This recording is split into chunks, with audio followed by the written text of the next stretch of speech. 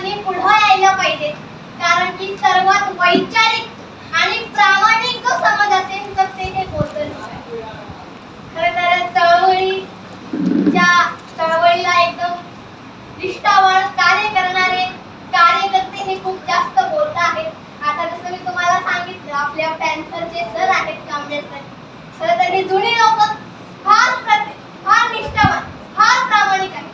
आता ह्या ताई देखील नेहमी बौद्ध विहारात येतात. भारत का युवा इतना वीर है कि अरे वो मंदिर मस्जिद के लिए धूल बहा सकता है, लेकिन कायर इतना है कि रोजगारों के मुद्दों पर सवाल तक नहीं उठाता. एक तथ्य यह भी है कि हमारे पास राफेल है, लेकिन गरीबों के घरों में राशन नहीं. गांव और शहर की बेटियां अपना नाम रोशन करने के लिए अखबारों में आना चाहती हैं, लेकिन सुनने में आती है. अरे मणिपुर की घटना को देखा जाए तो मुझे दुखद शब्दों में कहना पड़ता है कि दुनिया में भारत ऐसा अकेला देश है जिस देश में मिट्टी की बनी हुई औरत को कपड़े पहनाकर देवी कहा जाता है, नमन किया जाता है, और जिंदा औरत को निरस्त कर सड़कों पर घुमाया जाता है. यावर मला अण्णाभाऊ साठेंची ती काव्य पंक्ती आठवली. यावरून आपल्याला कळलं पाहिजे की अजून देखील आपण स्वातंत्र्य झालो आहोत का. अण्णाभाऊ साठे म्हणायचे, ही न्याय व्यवस्था, अहो ही न्याय व्यवस्था काही कांची रखेल झाली. ही न्याय व्यवस्था काही कांची रखेल झाली. ही संसद देखील हिजाड्यांची हवेली झाली, हिजाड्यांची हवेली झाली.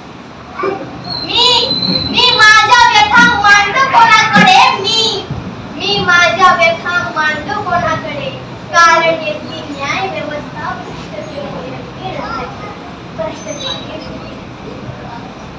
खरं तर आज मोठ्या प्रमाणात आपले बौद्ध बांधव डॉक्टर बाबासाहेब आंबेडकर यांची जयंती साजरी करतात. खरं तर डॉक्टर बाबासाहेब आंबेडकर फक्त बौद्धांचेच नाही तर ते सर्वांचे आहेत. अतिशय उत्कृष्ट आणि असं तुम्हाला एक मंत्रमुग्ध करून ठेवणार होतं. आणि पाठांतरही उत्कृष्ट आहे, स्मरणशक्ती चांगली आहे, आणि त्या सगळ्यात मोठा गुण आहे तो समाधीपणा आहे. समाधीपणा असल्यामुळं ती ताई प्रिया रक्ते ही निश्चितपणे तुमच्यासोबत बोलू शकते. बघा, भल्या असं बोलता येत नाही, त्याचा पप्पा तसं होतं, पण ती विद्यार्थिनी आपल्या सर्व मुलांसमोर एक आदर्श म्हणून पाहते आहे. म्हणून त्यांना खास आवर्जून कांबळे साहेबांनी परवाच्या रात्रीला म्हणले की मी प्रिया रक्तेला सांगितलेलं आहे, हे पूर्ण बोलत होतो तुम्ही, आणि त्यांना व्हॉट्सअपवर एक ग्रुप पाठवा कार्यक्रम पत्रिका. त्यांना मी नाही म्हटले 11 साडे 11 रात्री पाठवलं की त्यांची तळमळ आहे. प्रिया रक्तेने सांगितलं की एवढं वयस्कर झालं असता सुद्धा त्यांचं बसवत नाही त्यांना मन, की त्या घरात बसवत नाही, ते येतात काहीतरी धडपड करतात, चळवळ करतात सारखं. आणि खरंच प्रिया रक्तेचं आमच्या शाखेच्या मला खूप अभिनंदन. तू निश्चितपणे खूप पुढे भविष्य काळात एक नेतृत्व आणि एक चांगली वक्ता म्हणून उद्या येशील, आणि निश्चितपणे भारताचं नव्हे तर आंतरराष्ट्रीय नाव तुझं होऊ शकेल असं मला वाटते. त्यामुळे आमच्या शाखेच्या वतीनं आमच्या मॅडम इंजे मॅडम विनंती करतो की प्रिया रक्तेला एक पुष्पगुच्छ देऊन स्वागत करावं.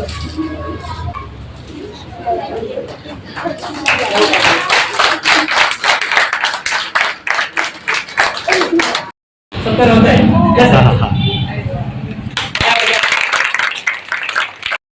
कांबळे यांचाही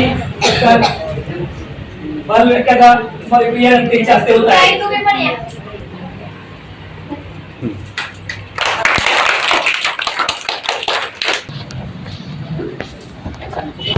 छान झाला. 35 ते 40 मिनिटं बोलली ना स्टॉप.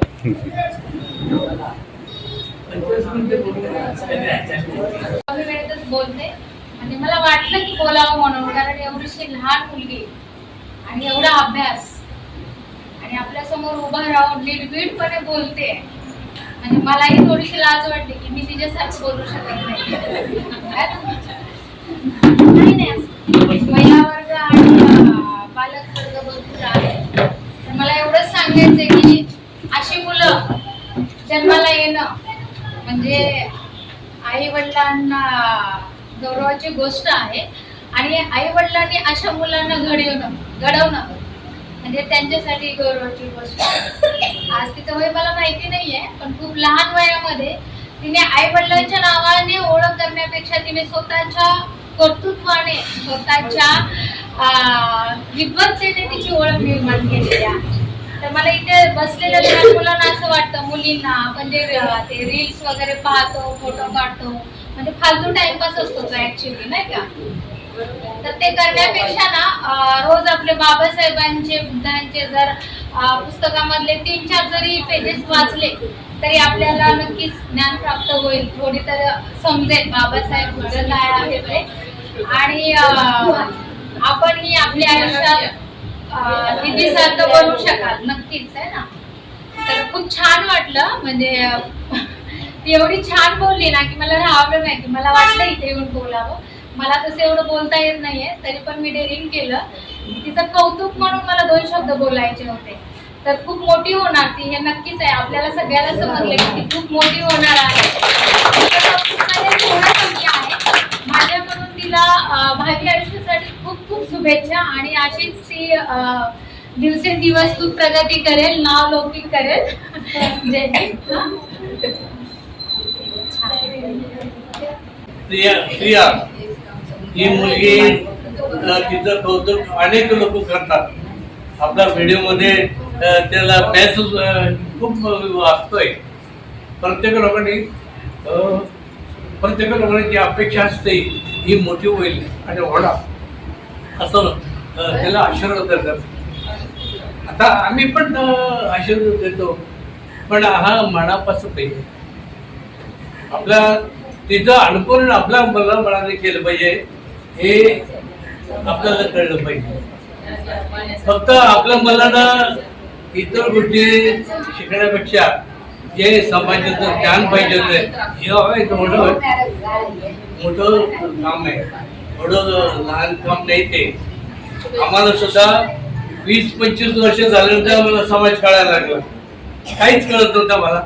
शाळा जायचं, घरी यायचं, आणि समाजाचं काय चालतं, समाज काय आम्हाला कळत नाही. म्हणजे आपल्या समाजाने आता जे काम सुरू केलंय त्या आपल्या घराला मदत करायची. आणि स्त्रियांनी अपेक्षा केली 5% झाली तिच्या दान, बघा तुझं दान सुद्धा आम्ही स्वीकारू, पण कधी तुला प्रवास करावा लागतो, पैसे जातात.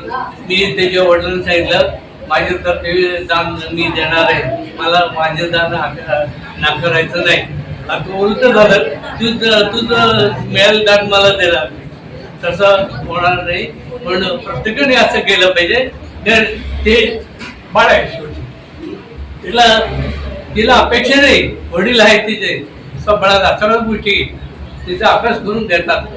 पण आम्हाला एक समाजाची अपेक्षा मोठी असते, आणि आपण आपले विचार मोठे ठेवायचे आणि समाजाची सेवा करावी, ही तिच्याबद्दल मी तिला आशीर्वाद देतो.